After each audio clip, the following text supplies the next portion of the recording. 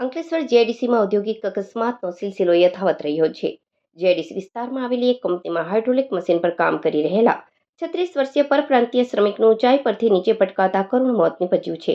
આ ઘટનાને પગલે કંપની પરિસરમાં દોડધામ મચી ગઈ હતી. આ ઘટના અંગે જેડીસી પોલીસે અકસ્માતે મોતનો ગુનો નોંધી આગળની કાર્યવાહી હાથ ધરી હતી.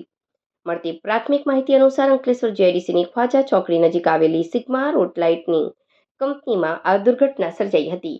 કંપનીમાં ફરજ બજાવતા 36 વર્ષીય કામદાર દિનેશ પ્રજાપતિ હાઇડ્રોલિક મશીનનો કેબલ રિપેર કરવા માટે સીડી પર ચડ્યા હતા.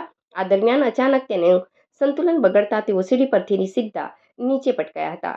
ગંભીર રીતે પટકાવાના કારણે તેમને શરીર અને માથાના ભાગે ગંભીર ઇજાઓ પહોંચી હતી. દુર્ઘટના સર્જાતા જ આસપાસના સહકર્મચારીઓ તાત્કાલિક દોડી આવ્યા હતા અને લોહીલુહાણ હાલતમાં દિનેશ પ્રજાપતિને સારવાર અર્થે નજીકની હોસ્પિટલમાં ખસેડ્યા હતા. જોકે હોસ્પિટલમાં ફરજ પરના તબીબોએ તેને તપાસીને મૃત જાહેર કર્યા હતા.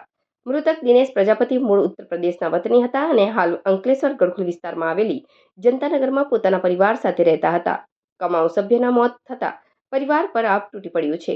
આ ઘટનાની જાણ થતાં જ મૃતકના પરિવારજનો અને સગા સંબંધીઓ હોસ્પિટલ અને કંપની ખાતે દોડી આવ્યા હતા. પરિવાર વતી આક્ષેપ સાથે માંગ કરવામાં આવી છે કે કંપનીની બેદરકારીના કારણે આ ઘટના બની છે. તેથી જ્યાં સુધી યોગ્ય વળતર નહીં મળે ત્યાં સુધી ન્યાયની લડત ચાલુ રહેશે. આ ઘટના અંગે અંકલેશ્વર જેડીસી પોલીસને જાણ કરતા પોલીસ કાફલો ઘટના સ્થળે અને હોસ્પિટલ દોડી ગયો હતો. પોલીસે મૃતદેહને પોસ્ટમોર્ટમ અર્થે ખસેડી અકસ્માત મોતનો ગુનો દાખલ કર્યો છે. કંપનીમાં સેફટીના સાધનો પૂરતા હતા કે નહીં અને શ્રમિક સીડી પરથી કેવી રીતે પટકાયા તે દિશામાં પોલીસે તપાસ શરૂ કરી છે.